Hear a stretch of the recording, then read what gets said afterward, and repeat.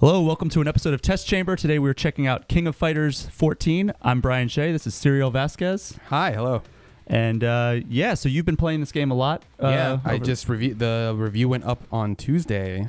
And so what do you think about this game? What's the big addition to this from King of Fighters 13? Let's jump in to a versus match while you explain it. Okay. So the biggest. Do you want to go team? Yeah, let's do team. Okay. The biggest change from King of Fighters 13 is you can probably notice it even now. It's kind of the look of the game. Yeah, because the 13 was like 2D sprites, right? Yeah, like 13 was kind of like, in more ways than one, it was kind of like, let's go back to basics. Let's be a fighting game for fighting gamers. We're not going to be about all this 3D stuff. We're going to have some sprites, even though those sprites were like compiled out of 3D models or whatever. But it looked like a 2D fighting game. It looked really, really good. Yeah, I remember it being gorgeous. I never actually played 13. This is the first King of Fighters game that I'm picking up in several years. Right. King of Fighters 13 was that for a lot of people because it kind of brought the series back because people didn't really like 12, but 13 was great.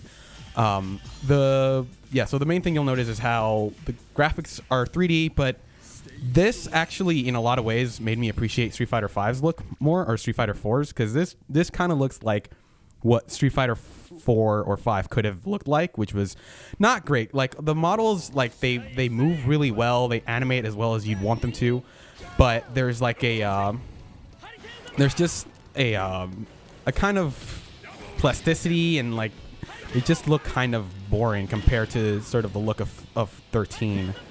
I do like they don't look bad. Yeah, they don't look bad. It's just like a lot. I mean, people like to say that, oh, it's all systems, but a lot of the appeal of fighting games is how great they look. Like, you look at something like Street Fighter V, the models look impeccable. The background characters, not so much, but like the same 5-second loop over and over again. Yeah, like Mortal Kombat looks pretty good, and then Guilty Gear is gorgeous.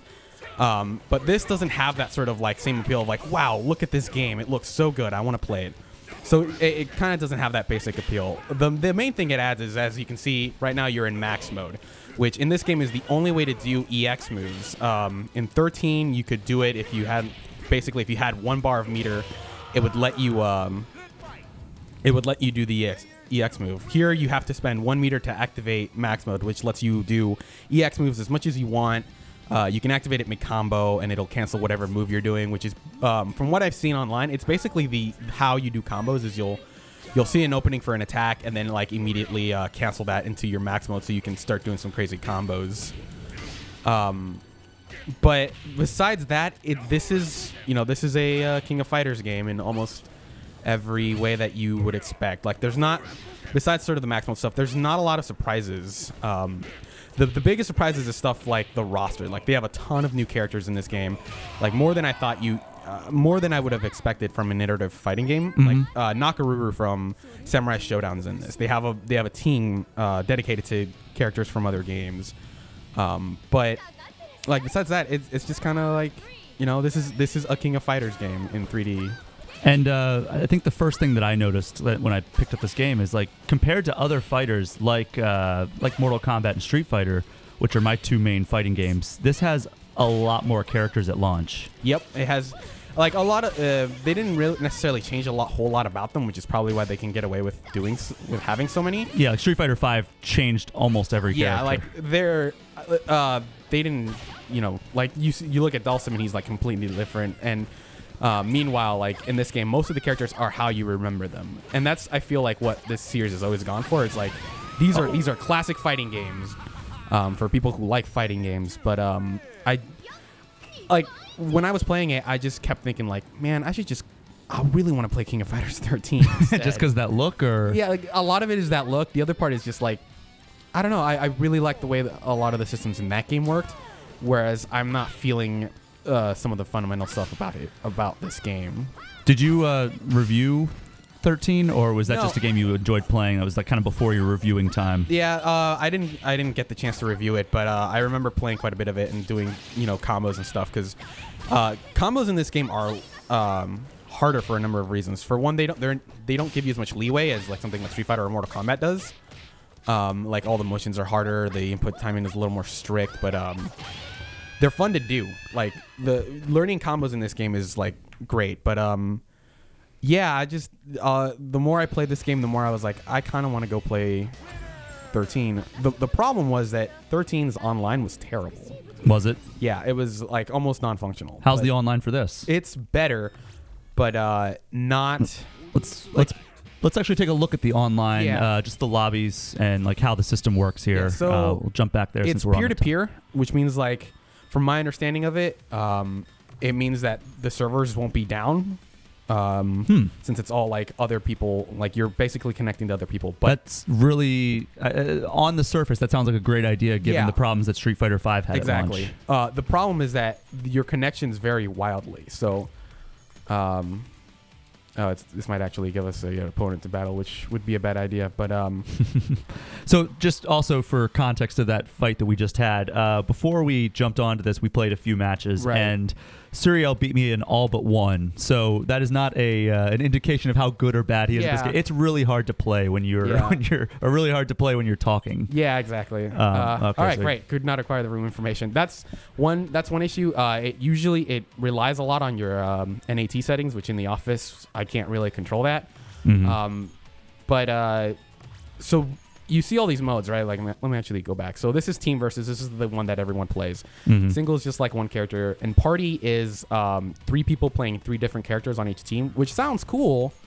It sounds like a really great idea, but even when I search all, it's just hard to find people you 6 probably people won't find a room. Like pre-release, I wasn't finding any rooms, but maybe now that people have been launching, have bought the game, there were some rooms. There's more lobbies, so it's populating. The team battles aren't set up like the Marvel vs. series. No. They're set up so your guy dies or gets KO'd, and then you just switch to the next one, and that character doesn't regain any health. It's just they get a little bit, like a tiny sliver of it's not really noticeable though. Like it's not like they get a full health bar going into the next battle. Right. Which I kind of like that, but I also kind of like the tag team aspect of like MVC. Yeah, like they're very different games, but I tend to prefer the Marvel style, but like there's a purity to doing it to doing it the King of Fighters way. So right now everything seems to be really populated, but I'm worried like as the game kind of starts falling off, that people are just going to stick with the one option, which is team versus. The other thing is that like if you notice the connection speed here, that's not necessarily indicative of what your experience is going to be. Sure. Simply because since it uses peer-to-peer, it all depends on who you're playing against. So, and also I've had like 4-bar matches that ended up not being so great. So here's the way the online lobbies work. You'll see there are 5 people in this room. So these 2 are currently playing, so I can't do anything. So yeah, we're the 5th wheel here. Right. So if I want to make sure I want to play with somebody, I have to indicate that, or I can hop into somebody else's You do game. spectator. Okay. And then it'll place me here. There was also another option. Oh, so that's like you got next. Yeah. Okay. There's also I like an option to say like I'm just gonna keep watching. I'm gonna watch all the matches in this lobby. So I'm gonna back out of here. Yeah, let's back out and let's do one more fight between us. Now, I mean, is there anything else we need to know about the online suite here?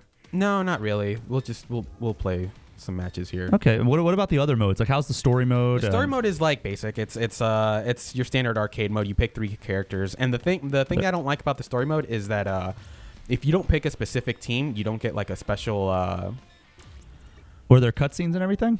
Yeah. There are starting and ending cutscenes. There's about like 3 cutscenes that you get if you play normally, and then there's like some bonus cutscenes if you like. For example, if you pick Kyo, Benimaru, and Goro, you'll get a bonus cutscene. So like if you want to pick this character, and this character, you won't get anything special. So I mean, right now, like between Mortal Kombat and Street Fighter, and even Guilty Gear, like a lot of story modes are being implemented into these fighting games. Right.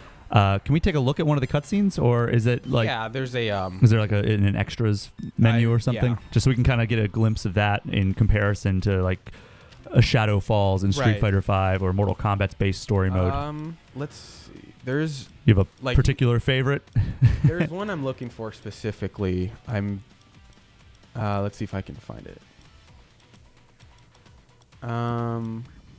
This one. This is actually a pretty good representation because it's maybe the one where people talk the most. So yeah, there's Nakaruru from Samurai Shodown. Pretty high production values. Yeah, it looks pretty like these movies look pretty good. Yeah. I actually like how they implement her into the story, if I understand it right.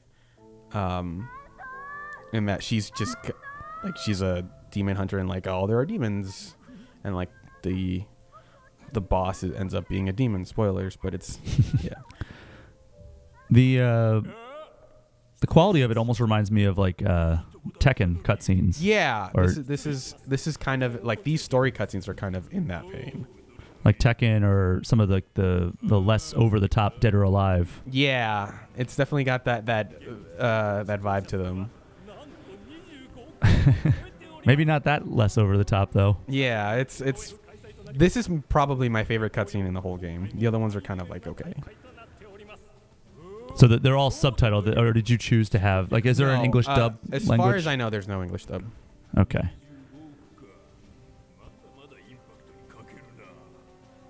Showing them stocks.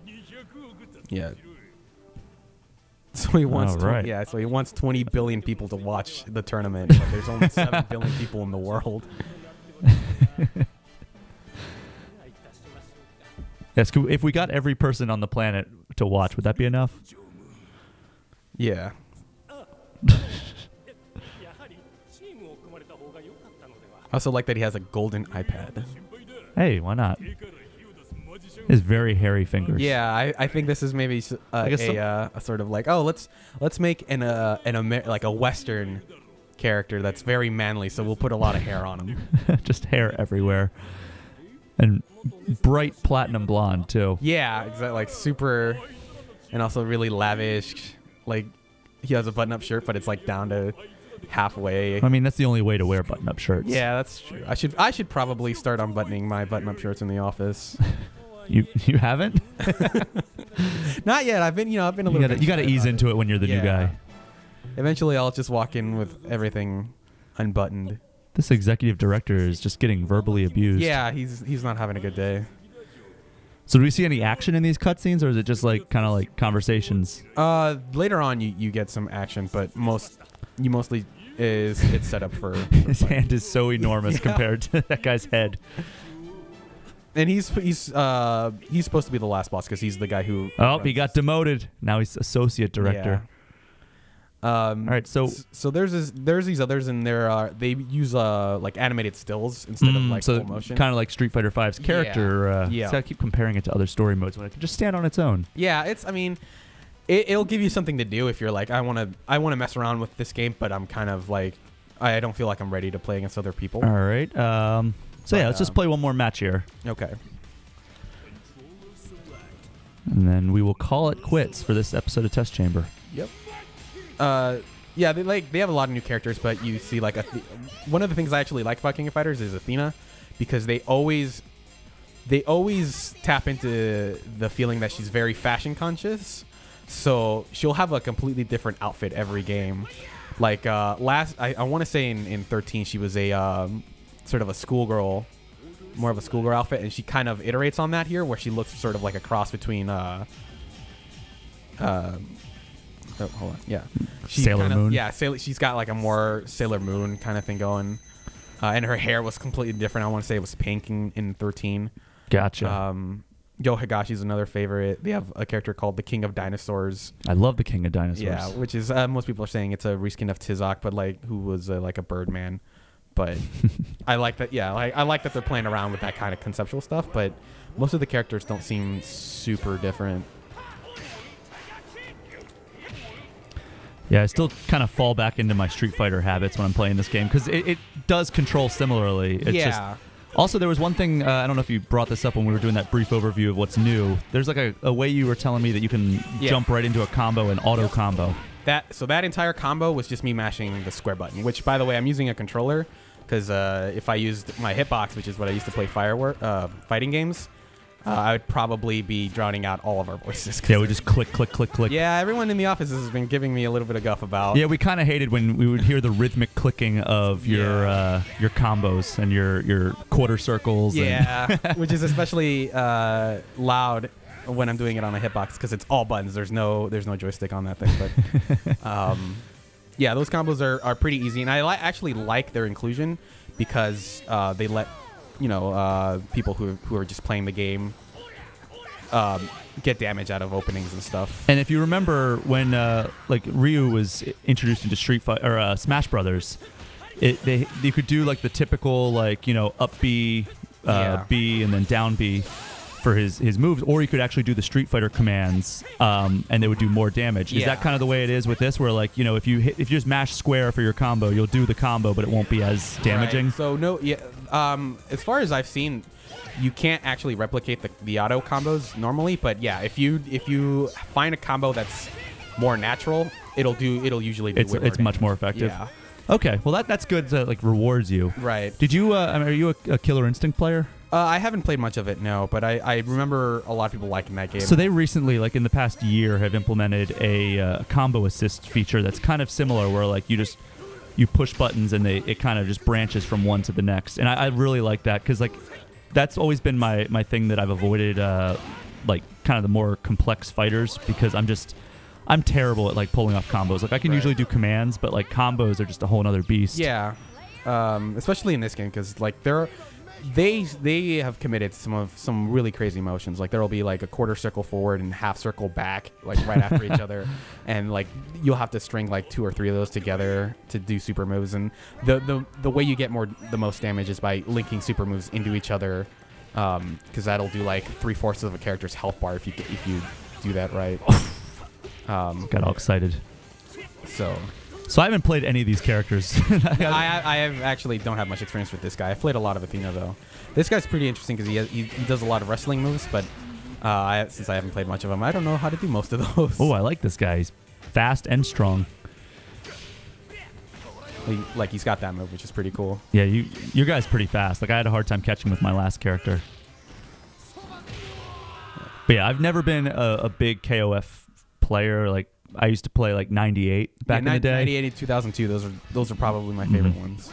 We didn't get to my Freddy Krueger guy. Yeah. But yeah, I think that's a pretty decent look at King of Fighters 14. Yeah. Anything else we need to add before we kick it out? No, I think that's about it. It's just I had fun with it, but I don't think it does enough to distinguish itself from other fighting games, and even like 13.